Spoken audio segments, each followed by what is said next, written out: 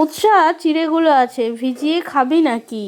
বৃষ্টির দিনে চিড়ে ভাজা যে বলো এটি, চলো আজকে দোকানের মতো চিড়ে ভাজা বানাই।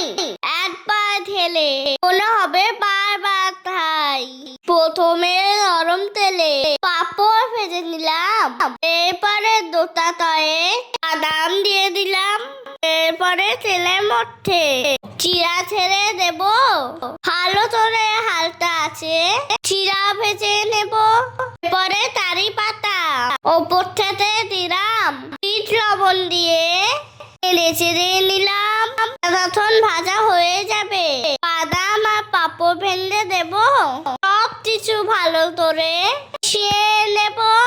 একবার এইভাবে চিড়া ভেজে খেও, কেমন লাগলো রেসিপি এটাও কমেন্ট করে যেও।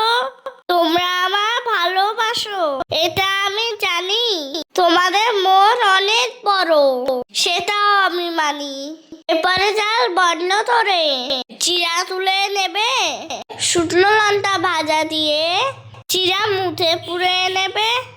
দিনে এমন চিড়া ভাজা হাতে পাতে মুঠে মুঠে উঠে যাবে।